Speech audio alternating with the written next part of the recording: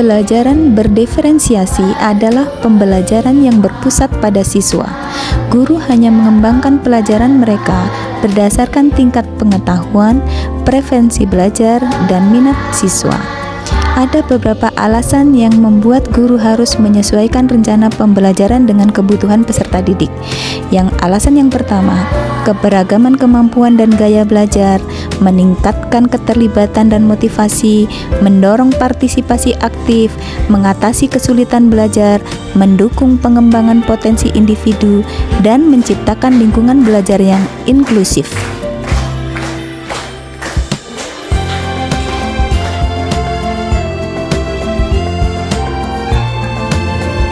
Dalam perencanaan pembelajaran yang saya terapkan, yaitu pembelajaran IPAS dan Bahasa Indonesia bab 1 tentang melihat dengan cahaya, mendengar karena bunyi, dan Bahasa Indonesia Aku yang Unik.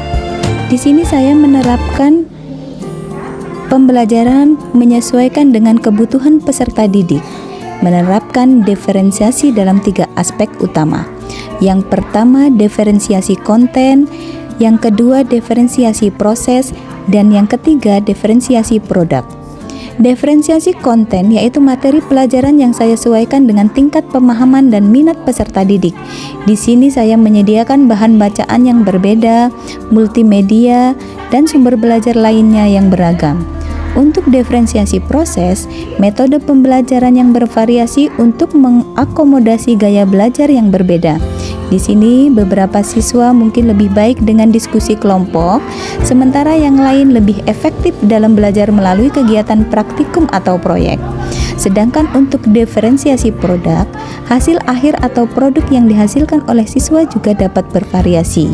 Guru dapat memberikan pilihan kepada siswa untuk menunjukkan pemahaman mereka melalui presentasi, laporan tertulis, proyek kreatif, atau metode lain yang sesuai dengan kekuatan dan minat mereka.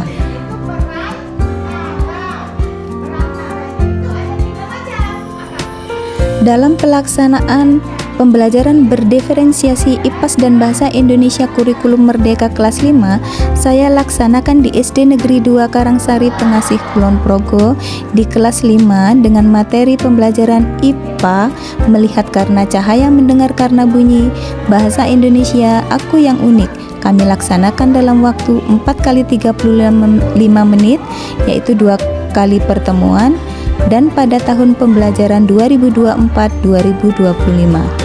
Untuk komponen inti yang saya susun capaian pembelajaran fase C dan fase B berdasarkan elemen pemahaman IPAS, sains dan sosial, juga pemahaman bahasa Indonesia yang meliputi kemampuan menyimak, membaca dan memirsa, berbicara dan mempresentasikan, juga menulis.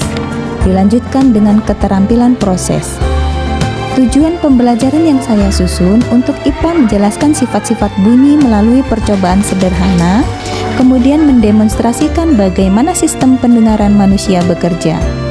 Untuk bahasa Indonesia, mengajarkan menjadi peserta didik yang percaya diri dalam mengenal karakteristik unik yang dimiliki, menghargai karakter unik teman, serta menunjukkan integritas dan berakhlak baik dalam lingkungan belajar dan sosial melalui berbagai kegiatan bersama.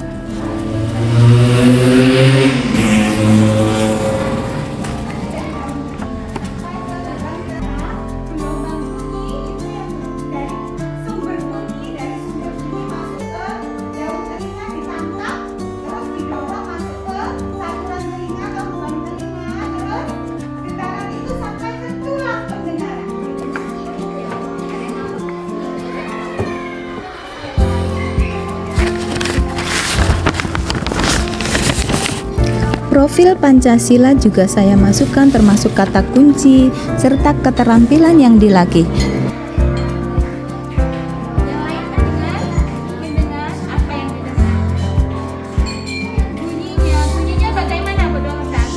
Setelah saya membuat tujuan pembelajaran, saya masukkan juga profil Pancasila, kata kunci, juga keterampilan yang akan dilatih. Target peserta didik yang saya capai ada peserta didik reguler dengan jumlah siswa 25 8 peserta didik. Asesmen yang saya gunakan adalah asesmen individu dan asesmen kelompok. Jenis asesmen yang saya pakai presentasi, produk, tertulis, unjuk kerja, dan tertulis. Model pembelajaran yang kami lakukan adalah tatap muka.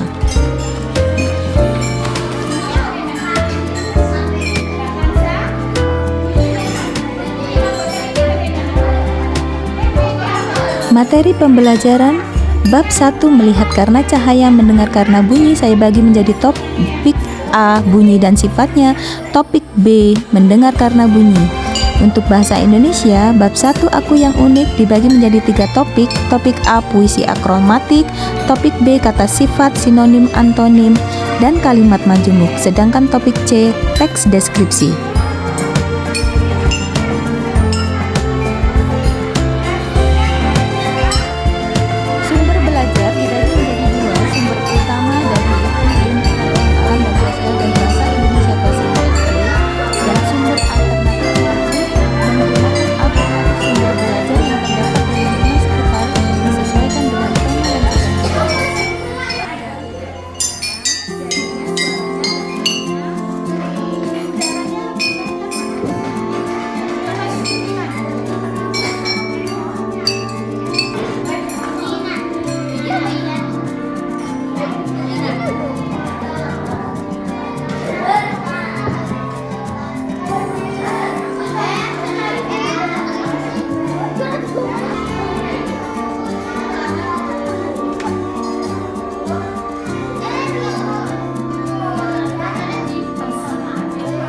Langkah yang pertama penentuan pertanyaan mendasar, yang kedua mendesain perencanaan produk. Di sini saya menerapkan diferensiasi konten yang dicari dari membaca buku teks dan mendengarkan video pembelajaran. Kemudian dilanjutkan dengan diskusi. Yang ketiga menyusun jadwal pembuatan. Yang keempat, memonitor keaktifan dan perkembangan proyek. Di sini saya menerapkan diferensiasi proses, di mana saya memantau keaktifan peserta didik selama melaksanakan proyek, memantau realisasi perkembangan, dan membimbing jika mengalami kesulitan, mendampingi kelompok yang belum dapat memecahkan permasalahan sesuai dengan kebutuhan mereka.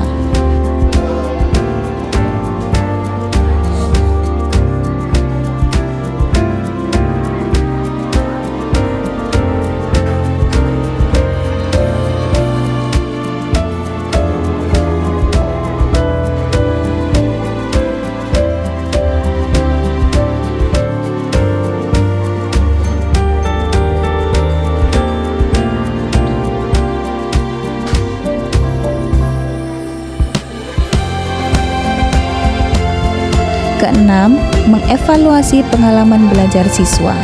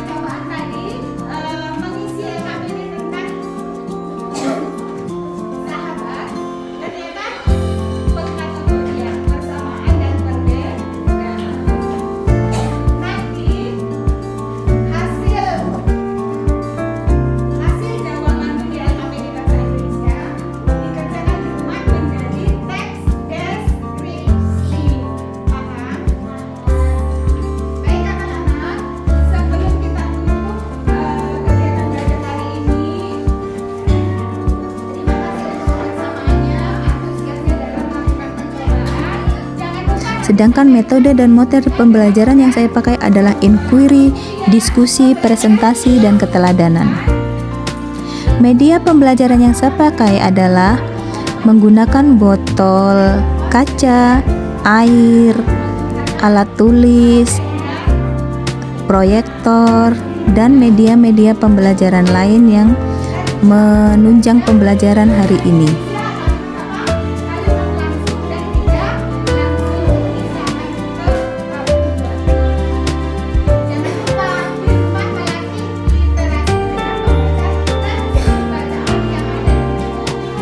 Saya melakukan evaluasi dan refleksi dari hasil pembelajaran hari ini, kemudian memberikan umpan balik terhadap proses dan hasil pembelajaran. Selain itu, saya juga melanjutkan dengan kegiatan tindak lanjut dalam bentuk pemberian tugas yang diberikan individual atau kelompok. Tugas individual saya berikan LKPD yang bisa dikerjakan di rumah, dan tugas kelompok dengan mempersiapkan alat bahan untuk percobaan pertemuan selanjutnya.